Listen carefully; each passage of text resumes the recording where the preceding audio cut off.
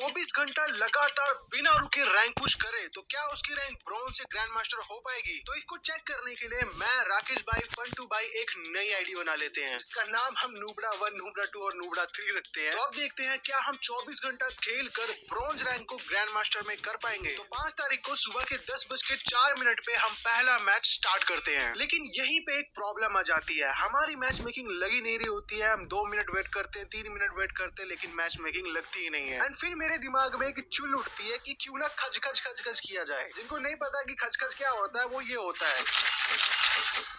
तो ऐसा करने के बाद नो कनेक्शन एरर आने लग गया था। तो मैंने नूबड़ा 2 और नूबड़ा 3 को बोला है कि अगर आपकी मैच मेकिंग हो रही है तो उसे कैंसिल कर दो क्योंकि मैं रिस्टार्ट करके आ रहा हूँ। एंड रिस्टार्ट करके आने के बाद मैं देखता हूँ कि यहाँ पे फन2 भाई तो आ गए हैं, लेकिन राकेश भाई पता नहीं कैसे प्लेइंग में चले गए हैं। तो डुओ में मैच स्टार्ट भी नहीं हो रहा था, तो मैंने फन2 भाई को बोला कि चलो सोलो खेल के आते हैं। और जैसे ही मैं सोलो में स्टार्ट करता हूँ एकदम से स्टार्ट हो जाता है और मैं देखता हूँ कि फन2 भाई मेरे साथ आ गए हैं। हम दोनों ने सोलो स्टार्ट किया था लेकिन एक ही गेम में आ गए। तो हमारी इस आईडी का पहला मैच था। तो सामने वाले एनिमी एकदम ही नूब आते हैं तो उन्हें हम रुला के मारते हैं, बड़े आराम से ये वाला मैच जीत जाते हैं। फिर उसके बाद राकेश भाई अपने एक ऐसे सब्सक्राइबर को बुलाते हैं जिसकी रैंक बहुत ही कम हो ताकि हमारी मैच मेकिंग हो पाए। तो हमें शिवम भाई मिलते हैं और इनके रिलेटेड आपको एक मैं बहुत ही इंटरेस्टिंग बात बताने वाला हूँ वीडियो के आखिरी में। तो शिवम के आने के बाद मैच शुरू होने में थोड़ा तो टाइम लगता है लेकिन मैच शुरू हो जाता है। तो हम सबकी अभी ब्रॉन्ज ही रैंक है, तो सामने वाले एनिमी ऑब्वियसली बहुत ही ज्यादा नूब आने वाले हैं, तो उन्हें तो हम बड़े आराम से मार देते हैं। इसी तरह इस वाले मैच को भी बुया कर लेते हैं। एंड फिर काफी सारे मैचेस इसी तरह जीतने के बाद 11:04 पे मेरी रैंक ब्रॉन्ज से सिल्वर पे आ जाती है। तो पूरा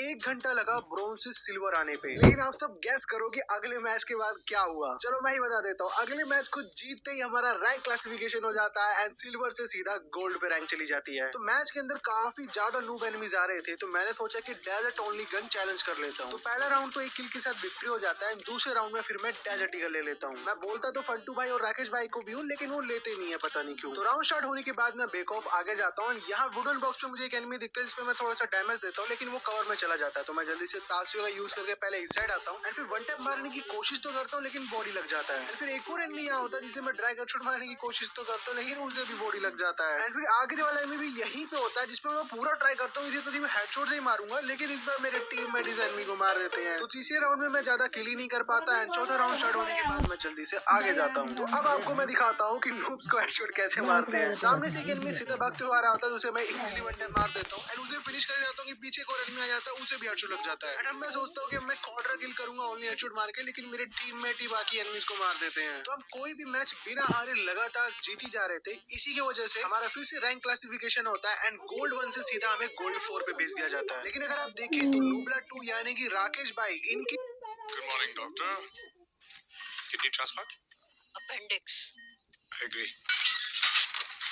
लेकिन अगर आप देखें तो नूबड़ा 2 यानी कि राकेश भाई इनकी रैंक है प्लेटिनम और हमारी सबकी गोल्ड। तो अब देखते हैं आप सबके अंदर कितना दिमाग है। आप सब मुझे कमेंट करके बताओ कि राकेश भाई की रैंक हम दोनों से ज्यादा कैसे है। इसके बाद हम 1-2 मैच और खेलते हैं। 1142 पे मेरी रैंक भी प्लेटिनम 1 हो जाती है। तो ये रैंक हमारी बुलेट ट्रेन से भी तेज बढ़ रही थी। 2 मैच खेलने के बाद वापस रैंक क्लासिफिकेशन होता है और प्लेटिनम 3 रैंक हो जाती है। तो अगर आप देखो तो हम सबका नाम भी नूबड़ा है और हमने कपड़े भी नूबड़े वाले ही पहने हैं, पर हम खेल प्रो प्लेयर्स की तरह थे। तो मैंने उस वक्त सोचा कि अब मैं नूब बनकर खेलूंगा। तो अब मैं स्प्रिंट बटन का बिल्कुल भी यूज नहीं करूंगा, सिर्फ जॉयस्टिक का यूज करके पूरा मैच खेलूंगा। और अभी के टाइम जो एनिमीज आ रहे हैं वो काफी ज्यादा एवरेज है, मतलब बुरा नहीं खेल रहे और ना ही बहुत अच्छा खेल रहे हैं। तो राउंड स्टार्ट होते ही मैं जॉयस्टिक का यूज करना शुरू कर देता हूँ एंड जॉयस्टिक का यूज करके धीरे धीरे करके आगे बढ़ता हूँ। फिर थोड़ी देर बाद मैं यहाँ पहुंच जाता हूँ। एक एनिमी नीचे दिखता है जिसे मैं थोड़ा सा डैमेज देता हूँ। उसके बाद एक एनिमी मुझे ऊपर दिखता है जिसे मैं काफी ज्यादा डैमेज देता हूँ, लेकिन मेरा टीममेट उसका सोने एक्टिवेट कर देता है। और नीचे एक एनिमी पास आ जाता है तो उसे मैं हेडशॉट से काफी ज्यादा डैमेज देता हूँ, लेकिन एक एनिमी छोटा कट्टा लेके मेरे पीछे पड़ जाता है। तो मैं तासियो का यूज करके जल्दी से कवर में आता हूँ, फिर उस एनिमी को भी थोड़ा बहुत डैमेज देके नॉक कर देता हूँ। तो फर्स्ट राउंड इस तरह जीत जाते हैं। और आपको मैं बता दूं कि अच्छा हुआ सुबह हमने 10 बजे से रैंक पुश करना शुरू कर दिया था। तो 2-3 घंटे हो गए थे हमें लगातार रैंक पुश करते वक्त, लेकिन अभी तक हम बिल्कुल भी बोर नहीं हुए थे क्योंकि हम सब बातचीत करके मस्ती मजाक में खेल रहे थे। लेकिन रात में जो हमारी हालत हो जाती है वो आपको मैं आगे बताता हूँ। तो सेकंड राउंड में जॉयस्टिक का यूज करके एनिमी के पास पहुंचने से पहले ही हम राउंड को जीत जाते हैं। थर्ड राउंड में बहुत ही अच्छी शुरुआत होती है। राउंड स्टार्ट होते मैं इस साइड आता हूँ, एक एनिमी मुझे ओपन में दिखता है जिसे मैं हेडशॉट मार के नॉक कर देता हूँ। जल्दी से उसे फिनिश करता हूँ, आगे जाता हूँ, लेकिन एक एनिमी मुझे डैमेज देने लग जाता है। तो मैं तासियो का यूज करके जल्दी से कवर में आता हूँ। ये तो अच्छा हुआ कि तासियो जॉयस्टिक पे यूज हो जाता है, नहीं तो बहुत ज्यादा गड़बड़ हो जाती है। थोड़ी देर बाद मैं यहाँ देखता हूँ कि शिवम नॉक फिनिश हो गए हैं, तो मैं जॉयस्टिक का यूज करके डबल डोर के ऊपर जा रहा होता हूँ कि यहाँ पे नूबड़ा 3 यानी कि फन2 भाई ऊपर जाते हैं, लेकिन वो भी नॉक हो जाते हैं। तो जल्दी से ऊपर जाने के लिए मैं तासियो का यूज करता हूँ, ऊपर आते एनिमी को हेडशॉट मार के खत्म कर देता हूँ। फोर्थ राउंड में मैं AWM ले लेता हूँ क्योंकि शॉर्ट रेंज में जब तक मैं एनिमी के पास पहुंचता हूँ तब तक मेरे टीममेट्स ही एनिमी को मार देते हैं, इसलिए मैं AWM ले लेता हूँ ताकि लॉन्ग रेंज में एनिमी को मार पाऊँ। राउंड स्टार्ट होने के बाद मैं काफी देर तक यहाँ वहाँ भटकता रहता हूँ जॉयस्टिक का यूज करके, लेकिन कोई भी एनिमी मुझे नहीं टकरता है। फिर थोड़ी देर बाद मुझे यहाँ कंटेनर के पास एक एनिमी दिखता है जिसे मैं AWM के एक शॉट से ही नॉक कर देता हूँ। लास्ट का एक एनिमी बचा होता है, उस पर मेरे सारे टीममेट्स टूट पड़ते हैं, हम बड़े आराम से ये वाला मैच बुया कर लेते हैं। फिर उसके बाद वक्त ऐसी बीतता रहता है, हम लगातार मैचेस को जीतते जाते हैं, जीतते जाते हैं, जीतते जाते हैं, और इसी बीच हमारी रैंक प्लेटिनम से डायमंड हो जाती है और डायमंड से डायमंड 2। तो अब आप देखो, जब हमारी रैंक ब्रॉन्ज थी तब हमें शिवम भाई मिले थे, उनकी रैंक गोल्ड पे थी। लेकिन अब अगर आप रैंक देखो तो हम सब यहाँ पे डायमंड पे पहुंच चुके हैं और शिवम भाई अभी भी प्लेटिनम पे है। तो ऐसा क्यों हुआ मैं आपको जल्दी से समझा देता हूँ। तो हम तीनों बहुत ज्यादा रश करके खेल रहे थे, जिसकी वजह से कभी राकेश भाई MVP बनते, कभी फंटू भाई MVP बनते, तो कभी मैं बनता। तो इसकी वजह से शिवम भाई को बहुत कम किल्स करने को मिलते थे और वो ना ही MVP बन पाते थे। तो इसकी वजह से इनको प्रोटेक्शन पॉइंट कम मिलता था और इन्हें एक्स्ट्रा स्टार नहीं मिलता था। इसी की वजह से हमारी रैंक शिवम से ज्यादा हो गई। तो 12:48 तक मेरी रैंक डायमंड 3 पहुंच गई थी। और अगर आप हमारी स्ट्रीक देखो तो वो है अभी 23 की, मतलब हमने 25 मैचेस के अंदर ही डायमंड रैंक कर ली थी। तो मुझे लगा क्या पता हमारी इस बार 100 की स्ट्रीक बन जाए, यही सोच के हम और जल्दी जल्दी मैचेस को जीतना शुरू कर देते हैं। एंड हमारी स्ट्रीक 24, 25, 26, 27 और 28 होती है। एंड फिर एक ऐसा मैच आता है जिसमें एक सेकंड के लिए सबकी दिल की धड़कनें रुक जाती है। तो ये फंटू भाई का POV है। तो यहाँ पे 2-2 का स्कोर हो गया था। राउंड स्टार्ट होने के बाद फंटू भाई एक ही एनिमी को 2 बार नॉक करते हैं। कुछ देर बाद पता नहीं कैसे राकेश भाई, मैं और शिवम तीनों ही हम नॉक फिनिश हो जाते हैं। तो फिर आखिरी में फंटू भाई यहाँ शिप के ऊपर आ जाते हैं। एक एनिमी को यहाँ से भी वो नॉक कर देते हैं, लेकिन आखिरी में एनिमी उन्हें भी मार देता है। अगला राउंड जीत के हम 3-3 का स्कोर कर देते हैं और ये वाला राउंड हम बस जीतने वाले होते हैं। 2v1 की सिचुएशन हो गई होती है, लेकिन पता नहीं कैसे मैं नॉक हो जाता हूँ और फिर पूरी सिचुएशन ही चेंज हो जाती है और शिवम भाई इतना अच्छा नहीं खेल पा रहे थे, जिसकी वजह से हम ये वाला मैच हार जाते हैं